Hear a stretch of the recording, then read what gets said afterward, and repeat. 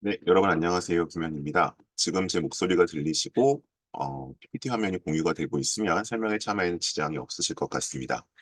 특별히 불편하시다는 분이 안 계시면 뭐 걸린 10초 후에 바로 진행을 하도록 하겠습니다. 오늘 설명회는 독서에 대한 설명이고요. 그리고 이제 뭐 제가 이제 보통 주 2회 설명회를 지금 상반기에는 하고 있고 주로 월 1회 정도 돌아오고 있는 고입 자소서부터 대입 생기부까지 20 계열에 대한 책을 좀 하나 소개를 해드리도록 하겠습니다. 뭐 오늘 주로 이제 제 밴드나 뭐 단톡방 통해 들어오셨기 때문에 소개를 따로 드리진 않겠고요. 일단 이런 내용들로 이 설명회는 진행이 되고 있습니다. 그래서 이 앞부분은 좀 매달 반복이 됩니다. 그래서 대학이 밝힌 독서 활동의 중요성 다시 말씀드릴 거고요.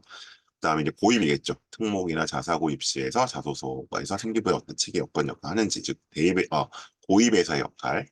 그다음에 이제 올해의 신간이라 그래서 이제 제가 좀 비교적 어쨌든 그 1년 이내 만 1년 안쪽의 책들을 골라서 좀 같이 소개를 해드리고 있고요. 오늘은 이제 20계열 책으로서 문자 나간처럼 문자는 안 나왔군요. 단톡방에 공지를 해드린 것처럼 과학의 반쪽사라는 책을 좀 살펴보도록 하겠습니다. 그리고 이 책을 가지고 뭐 이제 발표나 보고서 주제를 어떻게 좀 확장을 할지 고민해보는 시간 갖도록 하겠습니다.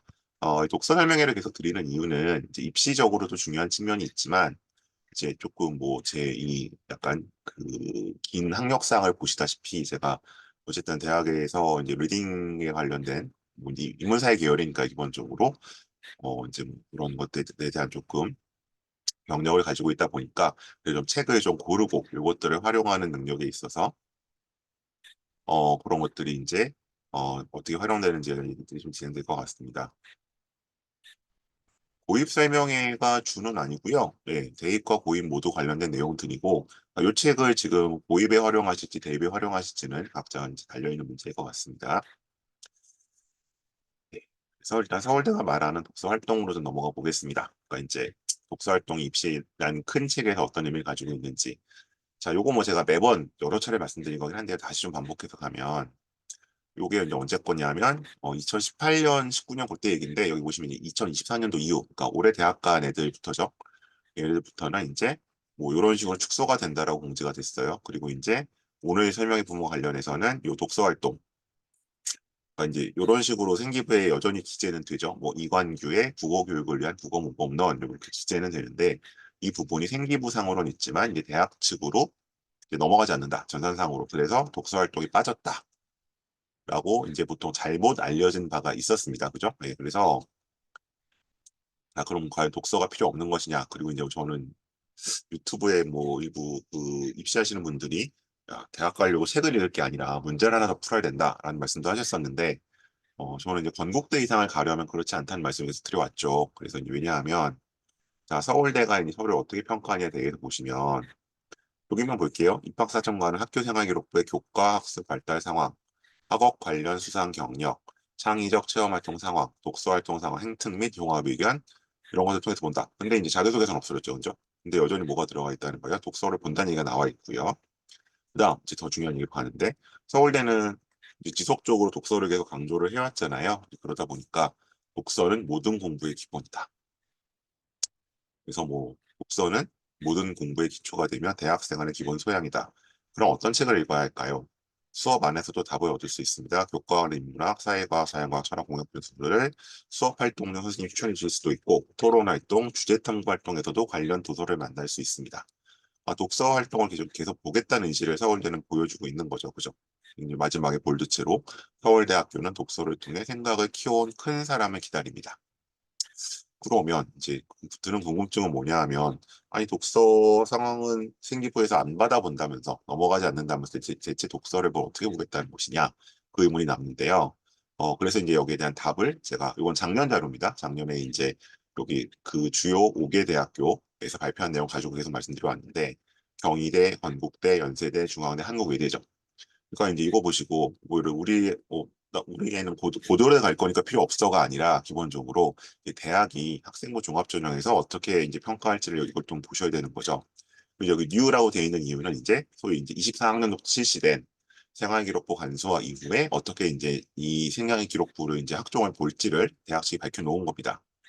자, 넘어가 보면 뭐 제가 이거는 따로 설명회를 작년에 한 적도 있고 요새도 이제 학종 관련 설명할 때 여러 부분 설명드리기 때문에 오늘은 독서 관련된 파트만 가지고 오겠습니다. 자, 같은 얘기 나오죠. 24학년도에는 자기소개서도 폐지됐고 학교 생활 기록부는 기재 항목이 축소돼 수상, 독서, 개인 봉사활동 등 대학에 제공되지 않는다. 자, 그럼 이제 어떻게 할 것이냐? 개편을 했대요. 자, 보면 이제 독서하는 얘기입니다. 교과 학습 내에서 학생이 주도적인 학습 수단으로 접할 수 있는 수단이 독서입니다. 독서가 중요하다는 거죠. 그죠? 그래서 이거 독서를 자꾸 우선 비교과 이렇게 말씀하시는데 독서가 지금 어디에 들어가 있어요? 학업 역량이 지금 들어가 있습니다. 무슨 취미 활동이나 그 엑스트라 커리큘러가 아니라 학업 역량이 들어가 있죠. 독서가 중요하대요. 자, 근데 이제 이거죠. 독서 활동 기록을 담고 있는 독서 활동 상황의 경우 2024학년도 대입부터는 대학에 제공되지 않아 직접 평가의 대상이 될 수 없습니다. 그러니까 생활기록부 그 기재 순서상으로 보면 7번에 해당합니다. 7번 사항은 반영이 안 된다. 그런데 이제 한국말은 끝까지 들어봐야죠. 하지만 세부 능력 및 특기 사항이나 행동 특성 및 종합 의견 등에 기록되는 사항을 통해 간접적인 평가는 가능할 것입니다. 그러면 이 얘기는 평가를 한다는 건가요? 안 한다는 겁니까? 한다는 거죠. 그러니까 아까 그 전체 체계상에서 봤었던 7번 항목 자체는 빠지지만 어떠한 형태로든 평가를 할 건데 어디 있어라고 어디 있는 걸 보겠다. 세부 능력 및 특기사항. 이 소위 말하는 세특이죠. 세특. 과목별로 500자씩 들어가는 거. 행동 특성 및 종합 의견에 가장 마지막에 10번 항목인가요? 거기에 담임선생님이 써주신 500자 여기에 써 있는 건 지금 여기를 뭔가 독서를 베이스로 한 활동을 보겠다는 겁니다. 그러니까 이거 뭐 제가 이미 이전부터 강조를 드려왔는데 누구의 무슨 책을 읽었다 안 읽었다는 게 중요한 게 아니고요. 그 책을 읽고 뭐 무슨 발표를 했는지 무슨 토론을 했는지 무슨 보고서를 썼는지 이 활동들이 기록이 된다는 거죠. 그리고 이제 여기서 명시 나와 있지는 않지만 올해 경희대 입학처가 공개한 자료를 보면 어디에? 역시 창체 쪽. 창체라는 건 자율, 동아리, 자동봉지, 자율, 동아리, 봉사, 진로잖아요.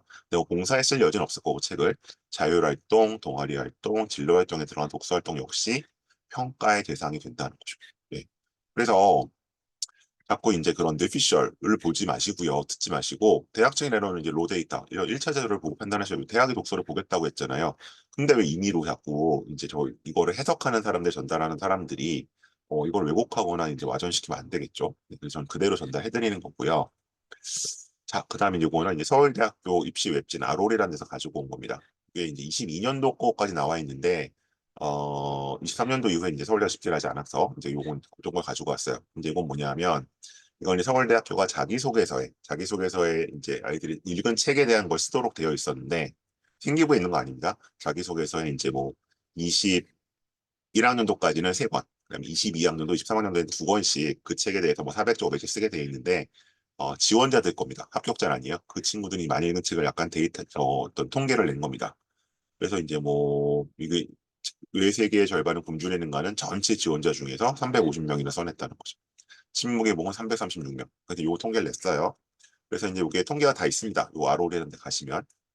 그래서 뭐 이건 단과대별로 많이 읽은 책, 이건 뭐 20년에 가장 많이 읽은 책 이런 식으로 통계들이 나와 있는데 자 그럼 이제 이렇게 어떤 통계가 잡혔을 때 뭐 저희들이 이제 대응하는 방식은 두 가지입니다. 여기서 애들이 많이 읽었으니까 우리도 읽자. 서울대 가는 친구들 많이 읽으니까 좋은 책일 거 아니야. 우리도 읽자. 아니 반대로 저런 책들을 많이 읽었으니까 나는 좀 다른 책을 읽어야겠다. 이런 약간 양극화된 반응이 나올 수 있는데 서울대가 원하는 건 어느 쪽일까? 그걸 좀 살펴볼게요. 어떻게 나와 있느냐? 요거는 이제 한 2017년, 18년 그 정도에 이제 서울대가 스스로 코멘터리를 달아놓은 건데요. 우선 이제 가장 많이 얘기하고 있는 뭐 어떤 책을 읽으면 뽑아주나요? 혹은 어떤 책을 읽어야 하고 뭐 어떤 책은 뭐 읽을 필요 없나 이렇게 했을 때 기본적으로 뭐라고 돼 있어요? 여기 이제 자기소개 4번이었죠 이전에 매직 솔루션은 없다. 어. 모집 단위 유관 전공서와 교양서의 배합이나 그러니까 이세 권을 어떻게 구성하느냐 인문과 과학의 비율, 원서와 역서의 섞임 등은 결정적 인자가 아니다.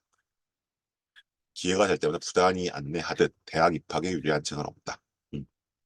그러니까 어떤 책을 읽었냐 안 읽었냐가 중요한 게 아니라 그거 읽고서 무슨 활동을 해서 스스로 이제 그 학생이 얼마나 어떻게 성장했느냐가 중요하다는 얘기겠죠. 그렇게 답을 하고 있고 그럼 다시 원래 질문 돌아가서 그럼 애들이 많이 읽었다는 책 읽을까요 말까요에 대해서 뭐라고 얘기를 하느냐 17, 18년도니까 이건 18년 전에 있던 코멘트겠죠. 자, 눈에 띄는 바는 이래서 사이가 똑같다는 것과 18권의 도서가 일치한다. 뭐 17년, 18년 만의 얘기는 아닙니다. 19년, 20년, 21년까지 결국 비슷합니다. 한 5권 정도가 계속 돌려막기처럼 날아오고 있어요. 그럼 자, 이거 여기에 대해서 서울대 이제 입장은 뭐냐? 자, 잠시만요. 늦게 들어오신 분들이 있어서 입장을 시켜드리고요. 저마다 유의미한 책일 테지만 고등학교 3년, 아니 12년간 축적한 나만의 지성사가 시류의 표표에 흩날리는 건 무색한 일이지 않을까. 그러니까 이제 시류의 표표에 흩날린다는 건 뭐 베스트셀러를 따라간다는 의미가 일단 하나 있을 것 같고요. 뭐 예를 들면 지금은 이제 뭐 좀 덜하지만 이때까지만 해도 뭐그 미움받을 용기 이런 게 당시 약간 베스트셀러였죠. 그런 것들. 그런 무색한 일이다라는 건 그런 책을 읽어라, 읽지 마라, 읽지 말라는 거죠. 그러니까 그 미움받을 용기가 나쁜 책이라는 것이 아니라 남들이 읽었다고 해서 혹은 뭐 베스트셀러라고 해서 아니 뭐 선배들이 서울대 지원자를 읽었다고 해서 그 책을 따라 읽지는 말라는 이야기를 지금 하고 있는 겁니다. 그럼 이제 여기 나오는 것처럼 그러니까 이 표현이 이제 좀 낯서실 수 있는데 나만의 지성사. 그러니까 이게 저는 사실 이 코멘터리가 개인적으로 이렇게 서울대 홈페이지 통해 밝힐 만한 코멘터리는 아니라고 생각해요. 말투나 이런 게 굉장히 좀 교만하게 들릴 수 있기 때문에. 근데 이제 나만의 지성사란 표현을 사실은 보통 저희가 대학원 이상 과정 가게 되면은 굉장히 익숙하게 인문사회 계열을 쓰는 용어거든요. 왜냐하면 이제 저게 뭐 결국 푸코에서 나오는 얘기기도 하지만 그 보통 이제 뭐 프로포저를 내거나 뭐 턴페이퍼 하나 했을 때 그 비블리오 그러니까 참고 문헌 정리하는 걸 굉장히 중요하게 가르쳐요. 이제 대학원 이상 과정에서는. 왜냐하면 거기서 그걸 봤을 때 물론 뭐 표전이나 이런 문제도 있지만 이 학생이 이제 어떠한 그런 이제 과정을 거쳐서 여기까지 오게 됐는지를 볼 수 있다고 보기 때문에 그러니까 이건 사실은 거기서 나온 얘기죠.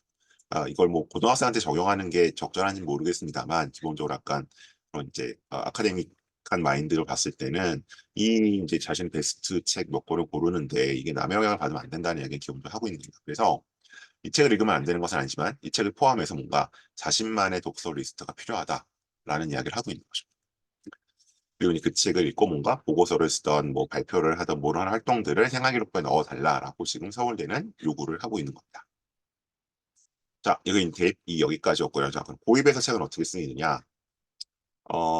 이제 저희가 보통 이제 뭐 이렇게 한 세 가지인데 첫 번째로 일단 똑같은 얘기가 들어와요. 생활기록부 자기관리의 상징이다. 이게 무슨 얘기냐면 그 고입 생기부는 블라인드가 이제 더 많이 되거든요. 뭐 예를 들어 외고 국제고용으로 뽑았을 때, 뭐 어디 경기도 전사고용으로 뽑았을 때, 연과고용으로 뽑았을 때 블라인드가 굉장히 많이 되고 특히 이제 수상이나 세특 같은 게 최근엔 거의 다 블라인드가 되죠. 근데 이제 독서 쪽은 거의 그대로 노출이 됩니다. 그래서 이제 얘가 책을 어떻게 읽었는지는 사실은 이건 본인이 관리할 수 있는 부분이잖아요. 뭐 학교 프로그램이나 세특에 선생님이 써주시는 거지만 무슨 책을 읽었는지 보여주는 건 기본적으로 노출되는 부분이기 때문에 일단 고입에 있어서 이제 중3까지의 이런 독서는 생기부의 어떤 자기관리의 상징이 될 수 있고요. 두 번째는 자기소개서에서 굉장히 훌륭한 조커 역할을 합니다. 그러니까 이제 보통 시마탕구라 그래서 이제 소위 말해서 뭐 실험을 하거나 아니면 뭔가 리서치를 했던 활동을 하나 정도는 그래도 전사고급 이상이나 특목고급에서는 적어주거든요. 뭐 이제 경과고에서 거의 이거를 다 채우죠. 생기부는 일본 같은 경우에. 어쨌든 근데 이제 그런 활동들이 필요한데 중학교에 따라서는 이제 이런 것들이 좀 마땅치 않은 경우들이 솔직히 있어요. 그럴 때는 이제 뭔가 조금 관련된 책들을 좀 읽고 정리하는 것이 요 조커 역할을 할 수 있다. 근데 요거 같은 경우도 요 학생 같은 경우도 이제 공기 연금술이라 그래서 이제 그런 그 하버보슈 얘기를 좀 쓴 책들을 좀 다루고 있죠. 뭐 내용적으로 약간 과학 철학적으로 가긴 했지만 이렇게 역할을 하고요. 그다음에 이제 여기 뭐 정의란 무엇인가 알 것은 내용도 나와 있고 거짓말로 배우는 10대 통계학 제국당 등도 나와 있습니다. 그래서 자소서를 뭔가 약간 업그레이드하는 데 있어서 뭔가 마땅한 활동이 없을 때 굉장히 훌륭한 역할을 한다. 그래서 만약 지금 중3인데 자소서 아이템을 좀 구상해 봤을 때 지금 뭐 연과고 자소서는 진짜 얼마 안 남았죠. 5월에 써야 될 텐데 어, 마땅한 좀 활동이 없다라고 했을 때는 아쉬운 대로 연과고에서 사실 근데 책으로 들어가는 건 조금 문제가 되긴 합니다. 워낙 애들이 이제 실제로 로데이터 가지고 실험들을 많이 하기 때문에 어쨌든 근데 대체 역할을 할 수 있고 뭐 사실 뭐 근데 전사고나 외고 국제고급에서는 굉장히 훌륭한 대체 아이템이 될 수 있습니다. 나 면접에서는 꼭 물어봐요. 그죠? 책과 관련 질문들은 하나쯤 꼭 물어보는 것도 있고 그리고 이제 요거는 이제 상산고 얘기인데 상산고 같은 경우에는 실제로 책 읽은 얘기를 쓰라고 하죠. 예전에 서울대가 그랬듯이 그래서 고입에서도 책이 굉장히 중요한 역할을 하고 있다. 그래서 이제 뒤에서 안내를 드리겠지만 제가 뭐 보통 이제 학원에서 생기부 특강이라 이름이 나가긴 하는데 이제 책하고 뭔가 약간 관련 이슈하고 엮어서 하는 특강들을 공휴일마다 하고 있어요. 근데 거기서도 일단 가장 많이 오는 친구들은 고1이지만 중3들도 듣고 굉장히 좀 유용하게 활용들을 하고 있습니다. 자, 그럼 이제 오늘 뭐 사실상 본론이죠. 오늘의 책으로 한번 가보도록 하겠습니다. 자, 요 책이고요. 제임스 포스캐치라고 사람이 쓴 이제 과학의 반쪽사라는 책이고요. 이게 작년 이맘때 나왔습니다. 이게 신간 소개된 게 23년 4월 1일이니까 작년 이맘때쯤 나온 책이네요. 한번 잠깐 표지 같은 거 봐주시고요. 그래서 뭐 책 소개를 이래저래 할 텐데 일단 보통 이게 그 주말에 토요일에 리뷰들이 주요 일간지에 나잖아요. 근데 작년에 뭐 대부분 좀 크게 다뤄졌는데 세계 일보는 좀 이제 작게 처리를 했어요. 그래서 제가 가장 압축된 내용이라 가지고 왔습니다. 영국 워릭대 교수인 저자는 과학사가 서구의 창조물이란 편견을 경계하며 아스텍의 궁전부터 오스만 제국의 천문대, 인도의 연구소, 중국의 대학까지 전 세계 근대 과학의 진짜 역사를 살핀다. 아울러 코페르니쿠스보다 먼저 천동설의 오류를 지적한 이슬람의 천문학자들, 아인슈타인의 양자역학 연구와 관련된 영감을 준 인도의 물리학자, 말라리아 치료법을 발견한 아프리카 노예 출신 식물학자 등 기존 과학사에서 소외됐던 학자들을 조망한다. 그러니까 이게 사실은 뭐 약간 트렌드긴 합니다. 그러니까 이제 과학도 그렇고 뭐 주로 과학 쪽이 요새 좀 그런 게 많이 나오긴 하는데 제가 아마 작년에 아마 세 번째인가요? 두 번째로 달았었던 뭐 물고기는 존재하지 않는다는 책도 약간 그런 류의 책이긴 한데 이제 어떤 연구에 있어서 과거에 상대적으로 좀 소외됐었던 마이너리티들의 어떤 역사. 뭐 여기서는 이제 서구에 대비되는 이제 뭐 아시아권이란 비서구란 표현도 약간 폴리티컬리 커렉트한지 좀 따져봐야 되는데 어쨌든 뭐 비서구 우리 흔히 쓰니까 아니 뭐 여성 과학자들 아니 뭐 이런 이제 그런 부분들을 다루는 게 약간 2010년대 들어서 약간 트렌드 같기는 하고요. 어느 분야에서는 이 과학에서 이제 그렇게 좀 접근을 하고 있는 거죠. 그래서 그런 책이고요. 그래서 뭐 표지를 보셔도 뭐 완전히 새로운 건 좀 다시 쓴 세상에 없던 과학 세계사라고 되어 있습니다. 그래서 과학은 어떻게 패권을 움직이고 불편한 역사를 만들었는가. 그래서 좀 내용도 들어가 보면요. 목차는 이렇게 되어 있습니다. 그래서 뭐 목차 추천액을 근대과학 기원 나와 있고 일부는 저희 이제 우리 보통 과학혁명이라고 부르잖아요. 그러니까 이제 보통 이게 그 코페르니쿠스 혁명, 코페르니쿠스의 이제 지동설부터 가는 그 혁명을 다루고 있는데 뉴턴으로 이어지는 그 시기에 있어서 여기 보시는 것처럼 이제 우리가 보통 뭐 알고 있는 뭐 뉴턴 뭐 이런 서양의 학자들이 나오는 것이 아니라 뭐 이제 여기는 보면 여기는 아스텍, 이제 남미라든가 뭐 아시아라든가 아니면 우리 보통 좀뭐 이슬람권 이런 데서들 이제 어떤 활동들이 있는지 뭐 일본도 나오고요, 중국도 나오고요. 근데 이제 제가 읽은 바로는 제가 뭐 완전히 꼼꼼히 안 읽어서 그런지 모르겠는데 한국 얘기는 별로 안 나온 것 같아요. 진짜. 중국, 일본 얘기까지 나오죠.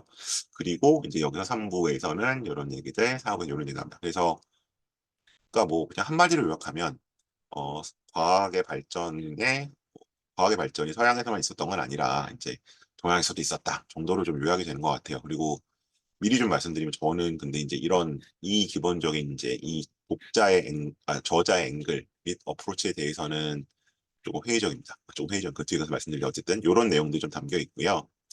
그래서 일단 이 책은 제가 오는데 그럼에도 불구하고 이 책을 갖고 온 이유는 어, 상대적으로 이제 좀 우리가 일반적으로 접하기 힘든 얘기들이 나오는 건 맞아요. 그러니까 예를 들면 요즘 첫 패러그래프만 좀 보면 보실지 모르겠는데 중등교육 교과서에는 근대 과학의 토대를 닦은 것을 알려진 여러 과학자가 등장한다. 뉴턴, 라부아지에, 아보가드로, 다윈, 멘델, 파스테로, 코페르니쿠스, 갈릴레이 등 이들의 공통점은 모두 유럽 출신이라는 것이다. 흔히 과학자라고 했을 때 떠올리는 이들도 대부분 미국이나 유럽 출신이다. 자, 이제 이 얘기죠. 그러니까 이제 뭐 사실은 뭐 저도 그랬던 것 같고요. 저는 이제 90년대 후반 학번인데 뭐 지금까지도 이제 그 특히 1학년 때 같은데 중학교에서도 하지만 이제 통합과학 시간에 애들 생기부를 보면 뭐 이제 약간 진로와 관련된 활동, 이제 이과겠죠 주로 이과를 가려는 친구들한테 뭐 약간 본인의 롤 모델이 될 만한 과학자를 뭐 좀 대해서 알아봐라. 진로 보고서죠 흔히 얘기하는 서 그게 뭐 세특에 들어가기도 하고 아니면 이제 이걸 진로 활동 쪽에서 시키는 학교도 있어요 창체 쪽에서. 그래서 이걸 진로 보고서를 쓰라고 하면 뭐이 사람들은 좀 너무 좀 약간 올드하긴 한데 좀 너무 옛날 사람들이긴 한데 대부분 이제 서구의 과학자들이 좀 나오죠. 이제 그런 면에서 이제 우리가 이런 과학에 있어서도 일단 서구 중심주의적으로 가고 있다.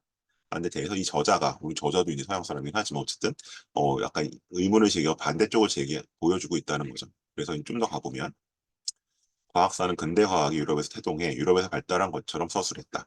과학의 반쪽사의 저자, 이 책이죠. 저자 제임스 포스켓은 이런 역사는 반쪽짜리에 불과하다고 반기를 든다. 과학은 유럽만의 특별한 문화적 산물이 아니며 오히려 근대 과학은 언제나 전 세계 서로 다른 문화권에서 모인 사람의 아이디어에 의존했다는 것이다.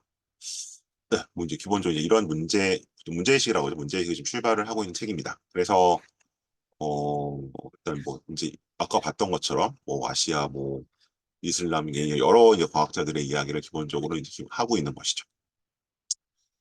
그래서 그런 책이다라고 좀 아실 수 있을 것 같고요. 그다음에 또 가보면 뭐 마찬가지 비슷하게 서평들이 나와 있어요. 역사에서 누락된 과학자를 찾아서라고 되어 있습니다.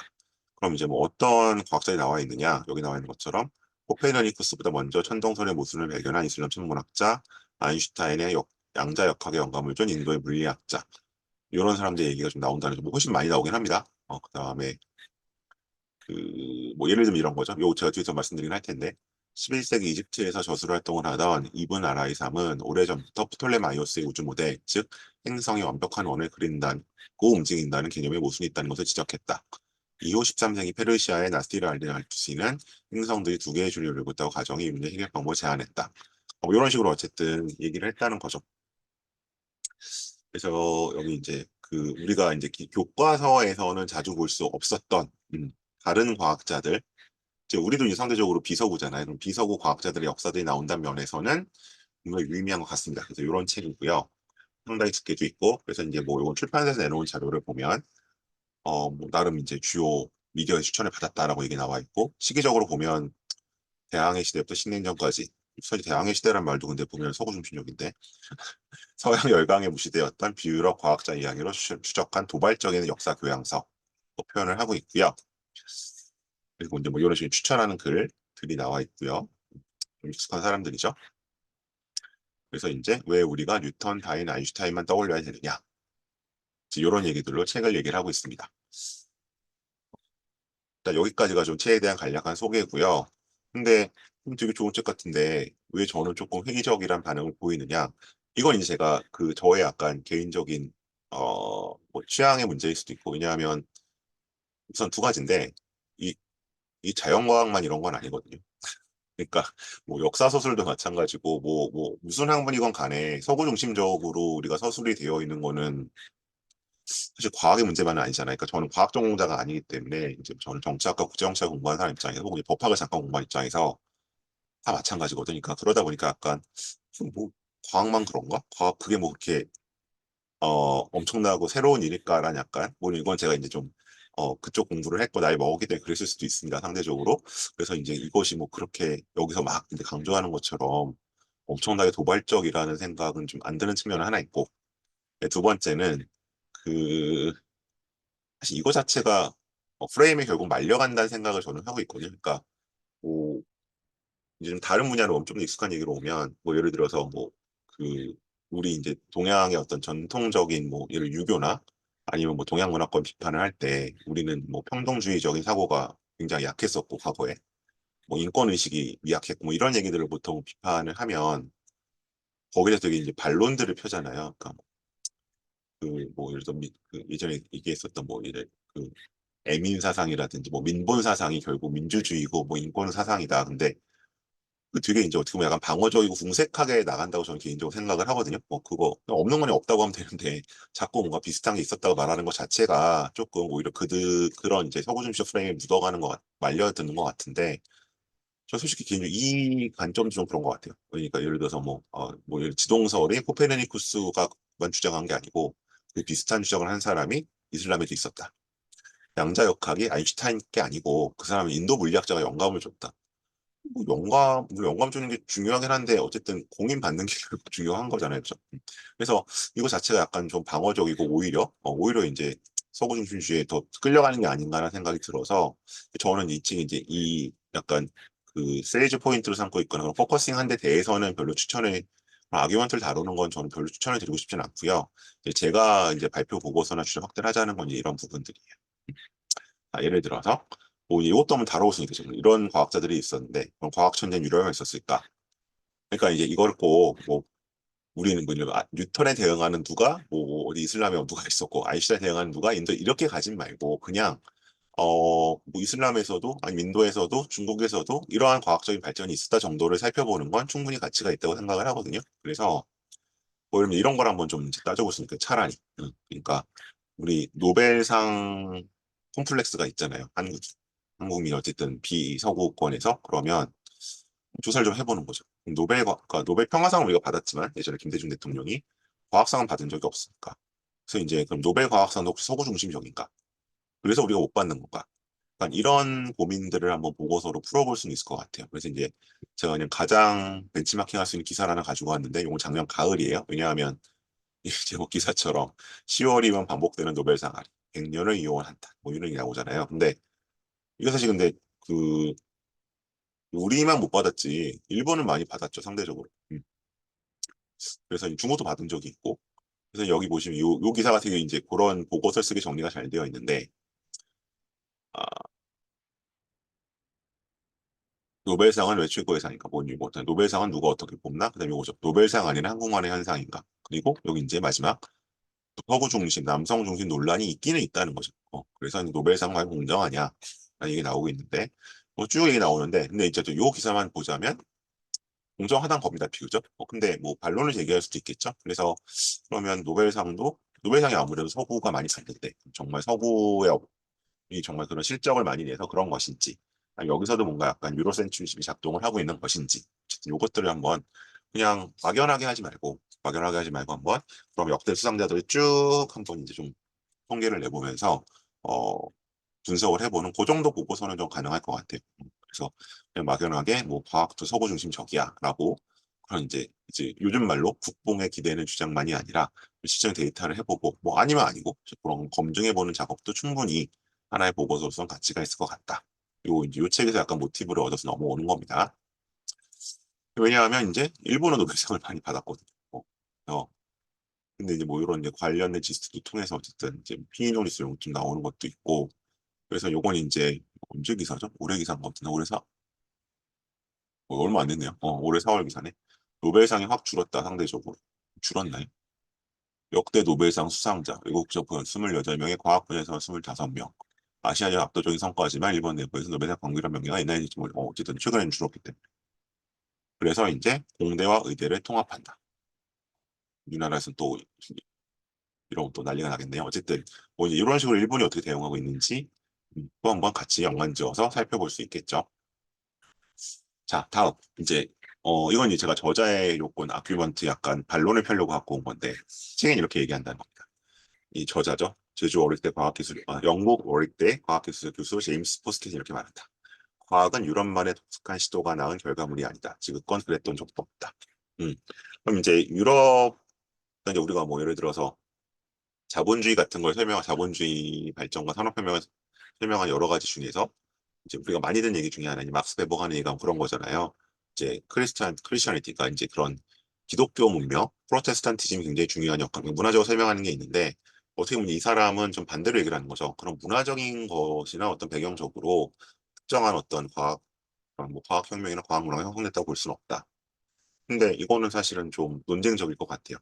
왜냐면 이걸 제가 왜 가져왔냐면 이것 때문에 가지고 왔는데 어 넷플릭스의 이제 삼체라는 이제 약간 SF 물이 올라왔습니다. 제가 개인적으로 SF물을 별로 안 좋아하기 때문에 잘 안 보는데 이거는 우연히 봤다가 너무 재밌어서 전 소설은 안 봤어요. 원작은 소설이 있다는데 소설은 안 봤고 그냥 쭉 봤는데 그 이제 설명하시는 SF 말씀하시는 분들은 이거를 하드 SF라고 하더라고요.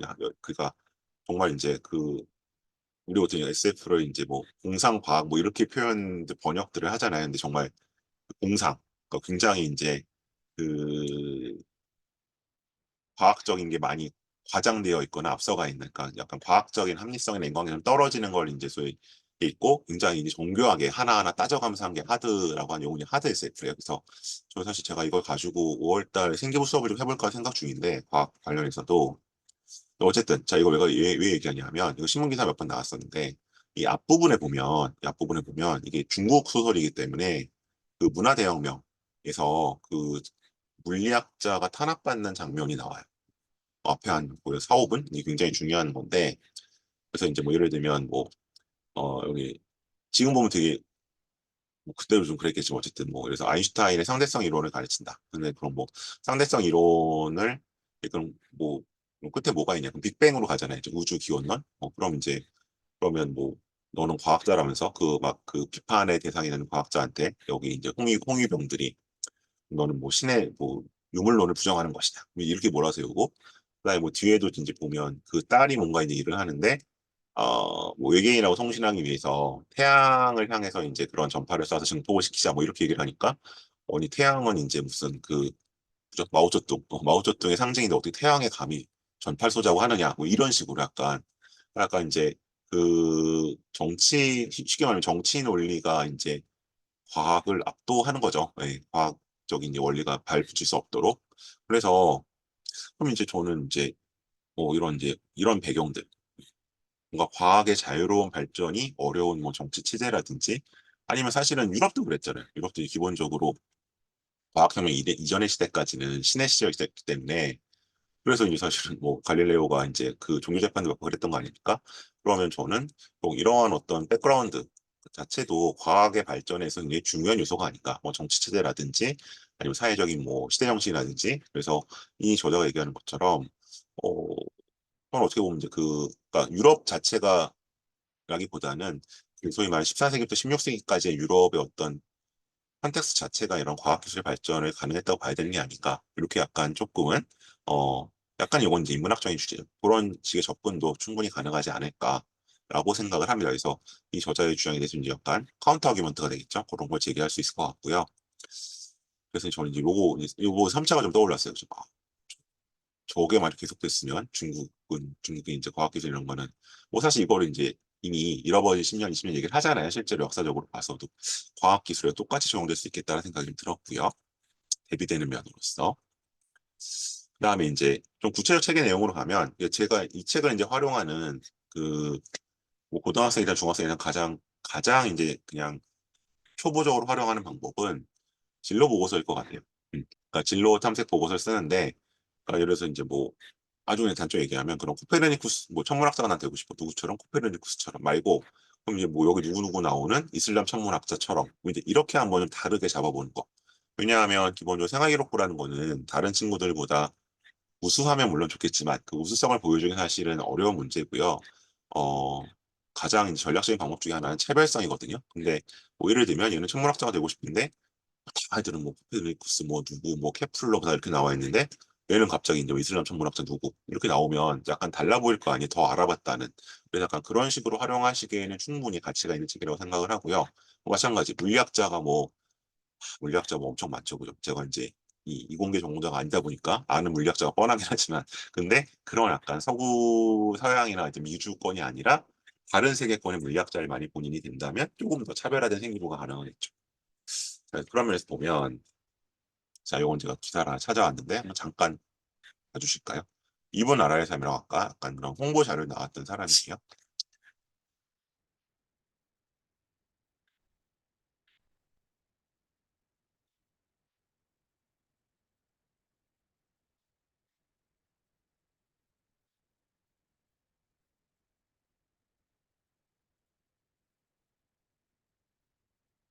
예를 들면 요 부분이죠.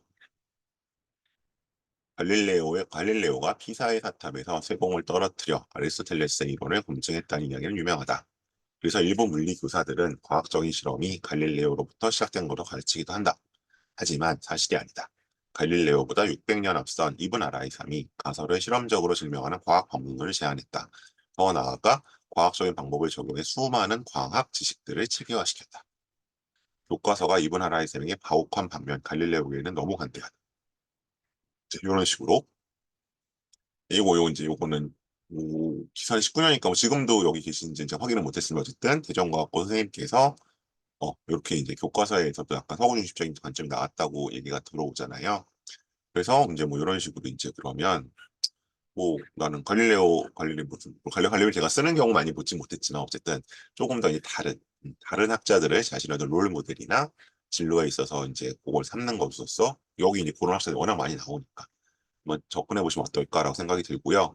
여기 이제 뭐 수학 문제 관련해서도 제가 본 자소서 되게 인상적이었던 것도 뭐 이제 원에 관련된 공식들을 얘기를 하면서 우리가 본인이 배운 이제 그런 교과서적인 방법도 얘기를 하고 그다음에 여기 나오는 것처럼 이집트 수학자들이 했었던 방법을 본인이 검증한다든지 이런 것들에 관한 기본적인 자소서들을 본 적이 있거든요. 요건 영어고 자소서였었는데 그래서 이제 그런 식으로들 활용이 가능하니까 이 책에서는 이제 우리가 잘 몰랐던 음, 교과서에서 배우지 않았던 뭐 정말 물화생지 과학자들이 정말 많이 등장을 하니까 과학자들을 찾아보시는데 활용하시면 좋을 것 같아요. 그다음 자, 요건 이 책의 마지막 부분에 나오는 얘기긴 한데요. 뭐, 사실은 전 이 책 결론에서 원래 새로운 얘기 하지 말라고 했는데 갑자기 새로운 얘기를 하긴 하는데, 뭐 예를 들면 이런 얘기들도 하고 있어요. 그러니까, 중국이 아프리카 인공지능 연구에 투자하고 있는 진짜 목적에 관한 폭로 뭐 이런 게 나온다는 얘기인데, 뭐 이건 간단히 전달하면 그겁니다. 이제 인공지능 관련해서는 데이터가 많이 필요하잖아요. 그러니까 그 얘를 이제 학습을 시켜야 되니까. 근데 이제 이 데이터라는 게 다 기본적으로 이제 개인 정보죠. 대부분 프라이버시가 걸려 있어서 그러니까 이제 문명권에서는 이게 잘 안 되는 거예요. 법도 강하고 개인들의 프라이버시 의식도 강하니까. 근데 상대적으로 이제 아프리카는 저개발 국가니까 이 뭐 법과 제도도 약하고 개인들의 의식도 없죠. 그러니까 그냥 가다 뭉텅뭉텅 쓴다는 거죠. 그러니까 이제 그런 얘기 좀 나와 있어서 이제 그런 부분들. 그러니까 이제 여기서 앞으로 뭔가 과학에서 중요한 분야를 저자는 이제 세 가지로 제시를 하는데 인공지능하고 그다음에 우주 탐사하고 그다음에 기후 변화 쪽 세 개로 제시를 하는데 그런 약간 이슈들을 다뤄보는 것도 하나의 약간 힌트는 얻을 수 있을 것 같습니다. 근데 뭐 그건 사실 이 책에서만 얻을 수 있는 것은 아닙니다. 그래서 이제 뭐 여기 뭐 나오는 것처럼 이제 책에서 얘기 나오고 있는 그러니까 이런 과학 발전의 배후에 있는 민족주의 혹은 국가주의적 경향을 얘기를 할 수 있는데 사실 뭐 이것도 근데 기본적으로 삼체와 관련된 얘기도 좀 엮어서 갈 수는 있어요. 여기 보시는 것처럼 요거는 이제 고등과학원 물리 그 전공자가 삼체에 나오고 있는 하나의 그런 원리를 약간 설명하는 부분인데 이것도 이제 기본적으로 저거죠. 그러니까 이거는 민족주의, 국가주의 좀 더 큰 거죠. 그러니까 이제 지구를 방어해야 되는 문제로 가긴 하죠. 그래서 이제 그럼 이제 그 어쨌든 외부로부터 오는 위협에 대해서 단결하는 이야기. 그래서 이제 어떤 기본적으로 과학이 갖고 있는 어떤 유틸리티의 측면, 그다음에 어떤 시큐리티의 측면 그런 얘기들 에 대한 걸로 좀 확대해서 한번 가볼 수도 있을 것 같습니다. 자, 일단 제가 오늘 뭔가 설명으로 전달드릴 얘기는 이 정도고요. 혹시 뭐 오늘 기본적으로 독서와 관련된 얘기를 드리긴 했지만 그리고 이공계열 책에 대해서 말씀드리긴 했지만 어쨌든 언제나 그러하듯이 입시 전반에도 궁금하신 점이 있으면 채팅창으로 질문을 좀 주시면 좋겠습니다. 그래서 지금 한창 내신 기간일 것 같은데 피크죠 다음 주가 이제 그게 끝난 다음에 고3이나 고2 같은 경우에 일단 요게 되겠죠 진단 컨설팅. 지금 아마 고2는 제 생각에는 고2는 1학기 기말고사까지 끝나고 받으시는 게 조금 더 좋긴 하고요. 진단 컨설팅은. 고3은 이제 지금쯤 한번 받아보실 필요 있죠. 지금이라도 이제 빨리 3학 1학기를 버리고 딴 데로 갈아타야 하는지가 좀 판단되는 건 그게 있고요. 설계 컨설팅은 뭐 이거는 지금이라도 모두에게 해당됩니다. 아직 안 받으셨다면. 그러니까 가장 적기는 2월 달인데 1, 2월 달이긴 한데 5월 달에 어차피 이제 아까 제가 말씀드린 각종 수행 평가가 몰려 나오겠죠. 무슨 보고서 써라, 발표해야 된다, PPT 만들어라. 그럼 이제 그런 거에 따라서 뭐 그게 창제 쪽이든 아니면 세특 쪽이든 해당되는 내용들 저랑 같이 아이템 정하고 어떤 식으로 쓸지 줄거리까지 잡는 그런 컨설팅이니까요. 근데 이제 요거는 만약 이제 앞에 저를 처음 보는 학생이라면 요 과정을 거쳐서 넘어와야 돼서 120분을 주셔야 됩니다. 그러니까 뭐 예를 들면 그럼 우리 1순위는 뭐 흔히 하는 것처럼 뭐 생명공학으로 정하고 2순위는 잘 안 됐을 경우에는 농생명까지 봅시다. 이런 식으로 약간 방향을 잡고 그럼 어떤 활동들을 하고 무슨 책을 기반으로 해야 할지를 설계하는 거니까요. 어, 이건 지금 5월 첫째 주 주말부터 지금 예약이 잡히고 있으니까 필요하신 분들은 설계 컨설팅으로 연락을 주시면 좋겠습니다. 그리고 이제 음, 컨설팅을 언제 받는 게 제일 좋아요라고 하시는데 컨설팅은 받을 때마다 그 받으시는 효과를 합니다. 그러니까 이제 뭐 이거를 뭐 매달 받으세요 그런 건 아닌데 그러니까 이제 어쨌든 비용이 발생하니까 최소화시키려고 하시잖아요. 근데 뭐 최소화시키려면 3학년 1학기 끝나고 딱 한 번 받으셔야겠죠. 원서 어떻게 쓰는지. 근데 그때는 이미 끝난 끝난 생기부를 가지고 끼워 맞추기밖에 못하니까 그럼 그 생기부에 뭔가 변화 일으키려고 하신다면 저는 그래도 학기당 한 번 정도씩은 컨설팅을 받으시는 게 좋을 것 같고요. 그러니까 뭐 저한테 받으시면 저는 당연히 좋지만 꼭 제가 아니라고 하더라도 기본적으로 이제 어쨌든 어딘가에서 10년 이상 이런 컨설팅으로 계속 하고 있는 사람이다라고 하면 어, 사기꾼은 아니니까 그쪽에 꼭 한번 좀 받아보시면 어쨌든 그 시간과 비용에 대한 효과는 얻으실 수 있을 겁니다. 네, 일단 말씀드렸고요. 그리고 이제 이렇게 제가 상반기 설명회 진행하고 있고 아마 아까 말씀드렸던 생기부 특강은 아마 일단 5월 5일이 일요일이어서 그 대체 공휴일이 5월 6일 날 일단 좀 한번 생각하고 있고요. 이제 그러니까 요거는 제가 그 학생에 딱 맞춤형으로 너는 이거 이렇게 해라고 이제 1대1로 하는 거고 그냥 이제 저 5월 달에는 약간 그냥 뭐 과학 관련된 그러니까 뭐 통합과학이나 이제 물화생지 관련된 거 한번 하고 그다음에 통합사회나 이제 뭐 사문이나 유사 예리 많이 드는 사탐 위주 과목 한번 하고 이렇게 생각하고 있거든요. 그거는 이제 그 주제들을 본인이 보고 자기 걸로 이제 좀 응용을 해서 주제를 잡아야겠죠. 그거는 이제 그 특강입니다.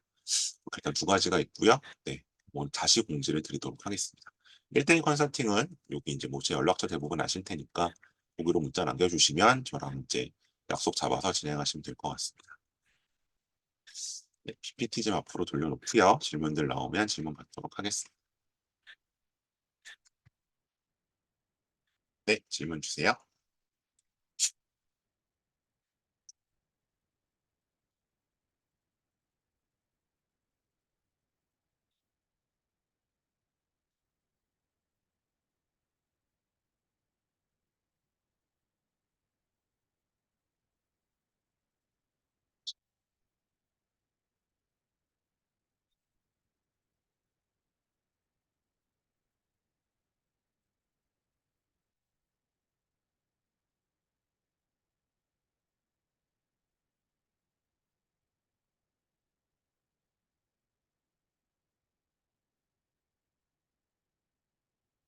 그 일은 일단 첫 번째 컨설팅은 일단 학교를 배정받은 직후에 합니다. 그러니까 2월이겠죠?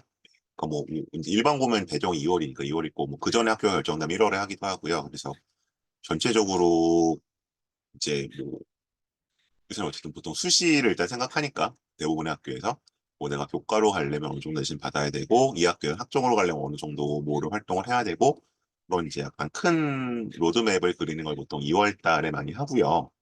2월 달, 3월 초 그리고 이제 만약에 그걸 안 하셨으면 지금이라도 중간고사 마치고라도 한번 좀 해보시면 좋고 그 다음부터는 이제 여름방학 때 하고요. 1학기 끝나고 그다음에 2학기 끝나고 이제 만약 생기부에 대해서 뭔가 자기평가서를 받는 학교면 그러니까 학생하고 뭔가 약간 인터랙션을 하시는 학교면 12월 말에 이제 생기부 기재 컨설팅 좀 채팅창 쓸게요. 그러니까 이제 기본적으로 1학년 기준이면 그 2월 달에 로드맵 컨설팅을 하고요. 그다음에 이제 7월이겠죠. 7월 달에 1학기 리뷰 컨설팅을 하고요.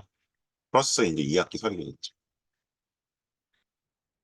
그다음에 12월에 요건 이제 학교 따라 달라요. 생기부를 학교 다 알아 써버리시면 이건 도와드릴 게 별로 없고 학생하고 인터랙션을 하시는 거면 생기부 기재 컨설팅을 12월에 하고 그다음에 2월 달에 그다음 2학기 설계 컨설팅을 하고 죠 이렇게 가고요. 그러니까 기본적으로 1년 평균 3번이에요. 제가 하는 방식은.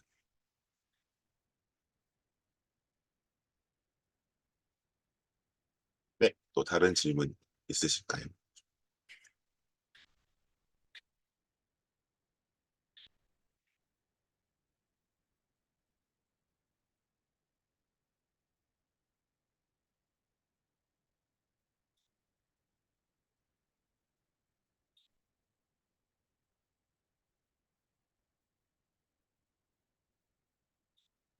네, 특별히 다른 질문이 더 없으시면 오늘은 이 정도로 마무리하겠습니다. 고맙습니다.